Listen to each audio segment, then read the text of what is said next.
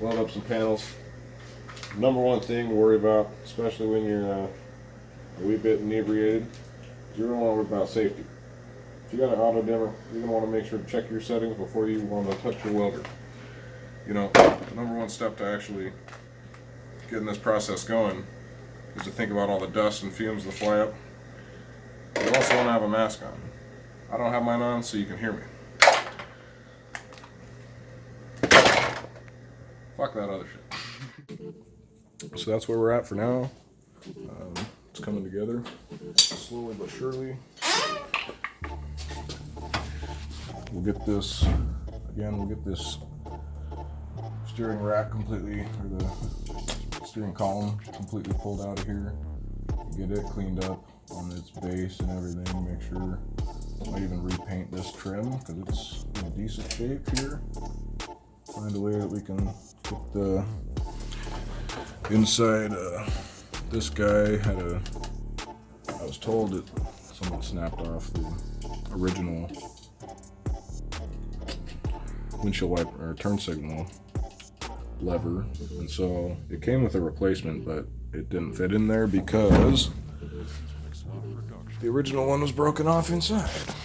So the mirrors that came on the thing were these, not original, and they don't even look good. So these came off pretty immediately. Unfortunately, whoever put them on the car, they drilled completely new holes right here for these mirrors, and this is the factory hole. So that's where they mounted it, and that's where the factory hole is right there. So we'll go ahead and get the original mirrors eventually, put them on there. It's a work in progress, slowly but surely. Not trying to rush this thing. Definitely main priority. Right. So we got some more of the floor pan painted, and right now I'm removing the steering column. I just pulled the 4 10mm bolts that hold in the plate that it's mounted to there. Gonna make sure all our wiring is disconnected. Battery is unplugged. I'm not sure what this is, but it told me the battery was not unplugged when it's grounded, obviously, you know. So looks like these are 2 plugs put in together. Let's see if we can't get those out.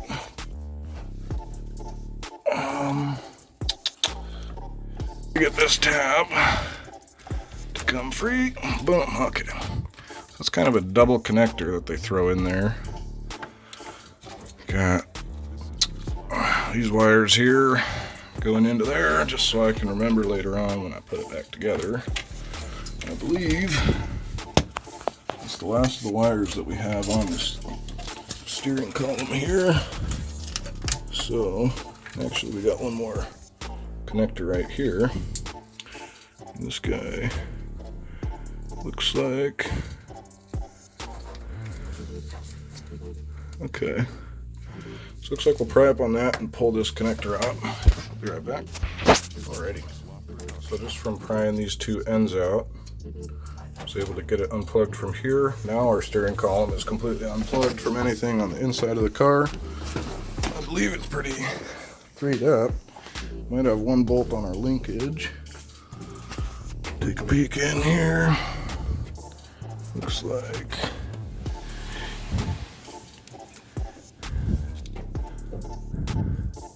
so it should be, and I'm not sure. Okay, so our shift linkage ties into here, into the plate that comes through the firewall. Not sure if you can see that. So here's our steering column coming through, and on that same plate it's got a bit of a bracket going over to this shift linkage, which is really loose on the bottom end and the top end. Could use some new bushings. So I will be replacing those bushings, but to figure out how to get this thing out just for now, I think we'll have to take this clip off right here, and we'll have to take the pin out of the back side of the shift linkage right there. There's a cotter pin, and then that guy will pull itself out of the mount or the bracket there. And then once you've got that bracket off, it should either disconnect here once this clip is out, or you pop out this nut right here and it'll disconnect in this linkage right here. Got a pretty torn up boot here. Bearings are all gnarled up inside of there. But when I had this thing on the road, it actually drove really quite smooth, aside from it seemed like maybe the ball joint on this side seemed pretty fried. Whenever you'd take a right turn, it was just pretty fried. Pretty good amount of oil leaking down here. Not worried about that at all. At least it's stopping the rust from becoming a problem anywhere else. So we'll do some kind of waxed undercoating on this thing once we get it all painted up and all. But for now, focusing on getting the interior to a place where we can start trying to get carpet in it and everything. So as soon as I figure out how to get this steering column out, I will get back to you guys. In the meantime, I might just pop out this e-brake bracket to clean it up. It's really one of the last rusty pieces up here, unless there's a lot hiding behind it, which there very well might be. So we'll see once we get back there. Alright, so got this guy out. Real rusted. Likely on the front and on the back. Yep. Real nice and rusty. So we'll get that all cleaned up, along with all the other stuff. And here, let's assess the situation. Looks like we've got a little bit of surface rust up inside this panel. Back up in there. Should be able to deal with it. Hit it with a bit of a spray coat, and it should be pretty good. Pretty much everything here should be pretty much good to spray with a little bit of wire wheel. Maybe that bracket should come out. Probably should come out. That ball head ain't gonna last much longer. So pull some of that stuff out. Definitely attack some of this surface rust that's eating under the paint here. Paint's kind of chipping off, so we'll chase that back to where it originates and paint it all up. Maybe we'll take the got the windshield right here, obviously. Maybe on the outside we'll take up the panel, if that's possible, on this vehicle. So, thinking maybe we can take up this panel, or at least see exactly where the other side is from where it's rusting. Make sure it's not rusting on the other side of that.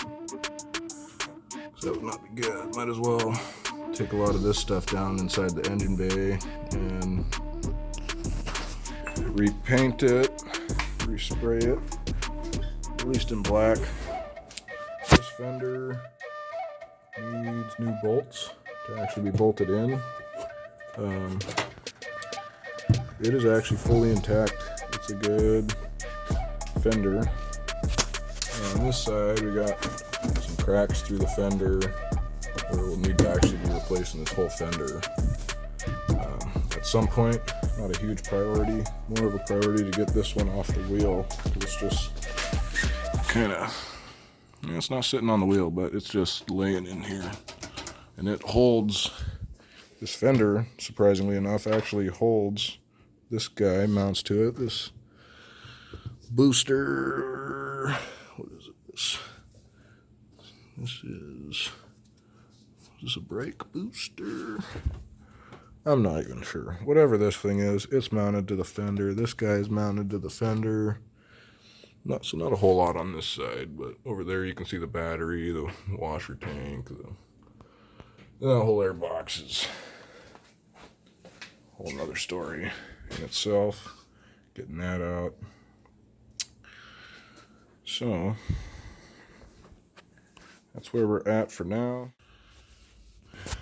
Quick vacuum line diagram inside the El Camino. This is going to be our controls here. And this connector snaps into the back on that guy, which is then controlled here. Got all our different lines. Our orange line is going to this diaphragm at the right hand of the dash. We've got these two lines going down under here. Not sure where those guys are going. Got blue, yellow, and red coming this way. And got one going into that diaphragm. This one is just loose right now. And we have one going back behind. The red one goes back behind. So we'll figure out what all that stuff is doing.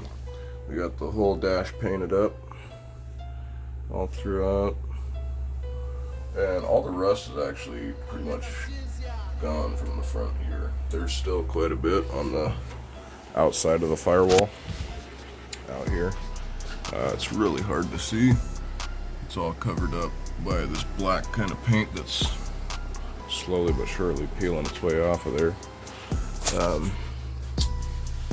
Other than that, the biggest thing is going to be sealing the windows. And you can see that the window seal channel is completely rusted out. Not sure if you can see that or not on the camera. Grab a better light real quick.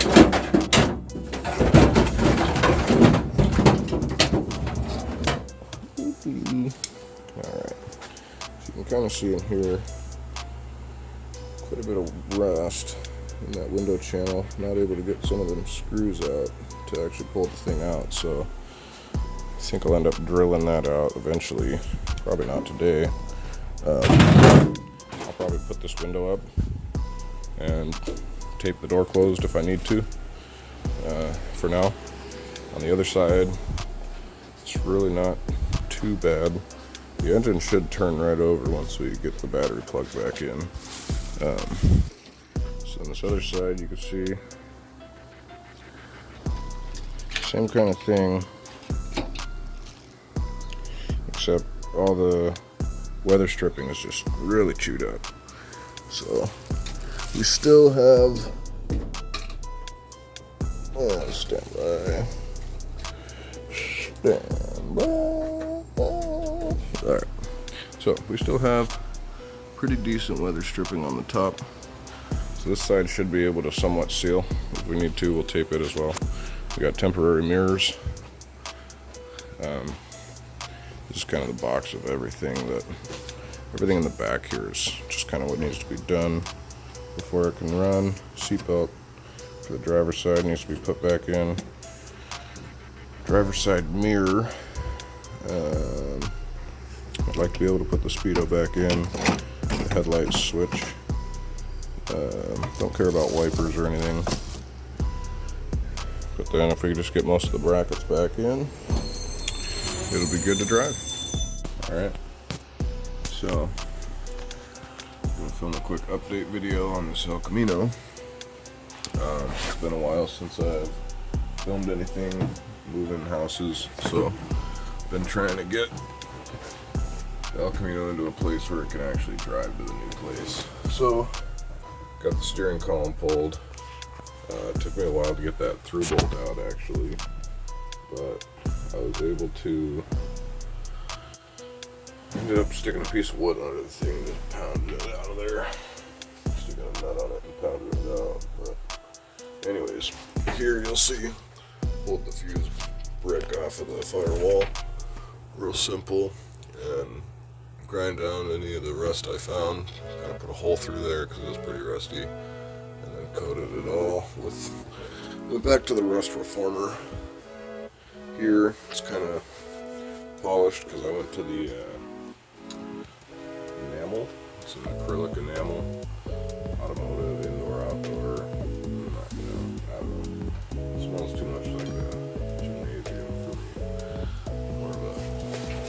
industrial type paint, I think. So, anyways, most of the rust is out of here in the front and all. You'll see there's like basically no rust in here. I've decided to keep going with the rust reformer as my base coat. And now I've gone to gloss protective enamel on top of everything. So the front is looking about like this now. Pretty glossy. You can see there's quite a bit of that texture to it. I didn't spray it real evenly on there at all. There's a few spots where it's nice and smooth, spots that'll get seen a little bit.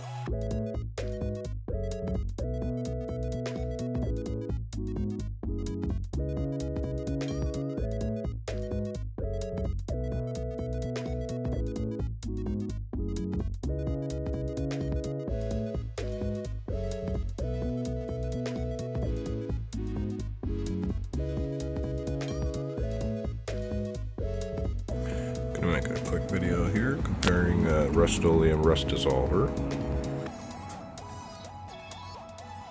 This is a jelly, as opposed to this, which everybody knows works real well.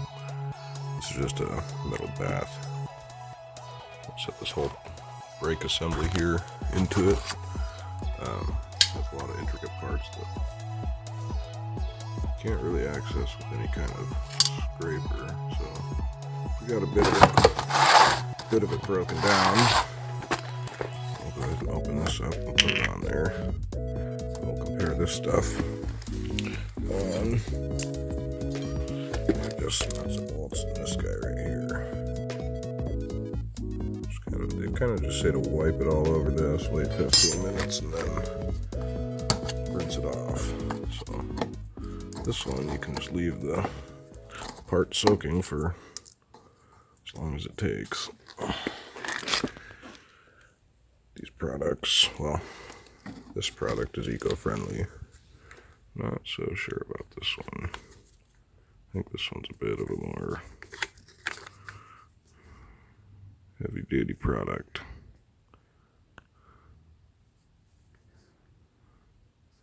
Yeah, you wouldn't really want to get this on your skin. So,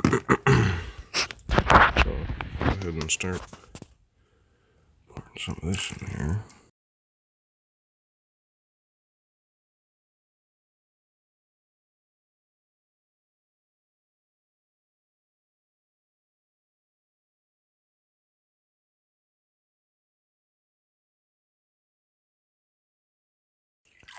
Took almost a whole 1 gallon to get up to the top of this part. Confident that it is submerged enough here. Probably a bit of air bubbles underneath it, but they claim you can put your hands in this stuff. It's non-toxic, so anyways, I'll come back and see how this does. All this rust. And just to give you another look, this side's been wire wheeled a bit. That's got some deeper kind of pitting on it. Sides haven't really been touched, and the inside's only so doable. So it's got a bunch of moving parts that hopefully it'll be able to clear up. So we're going to set this in the sun and come back to it. So it's been about probably 30 hours that this has been sitting in here, and actually did really good. If you look here, most of this stuff will just kind of wipe right off. So once we clean this up with a rag, should be pretty good. I will leave it in here a while longer, but you see the sides are nice and clean now. The back's nice and clean. Actually did really good. I'm impressed. Really, we wanted it the most in the cracks, so it's looking pretty good in there.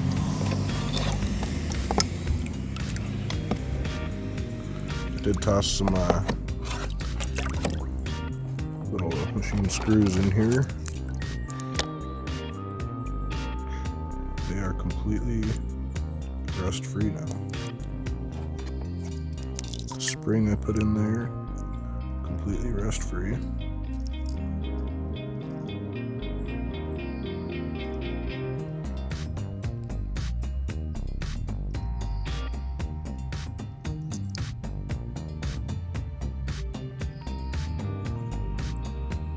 Completely rust-free on that guy.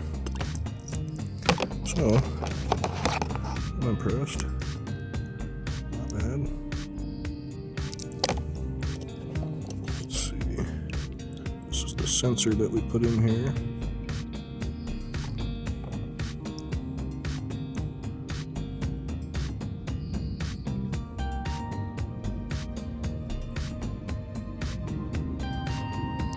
Cleaned that up real good. We'll see if it's going to function afterwards, but keep all this in here for a little while longer.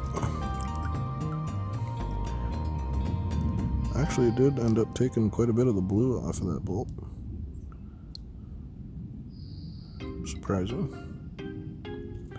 And then we put this rubber in there just to kind of clean it up, possibly condition it.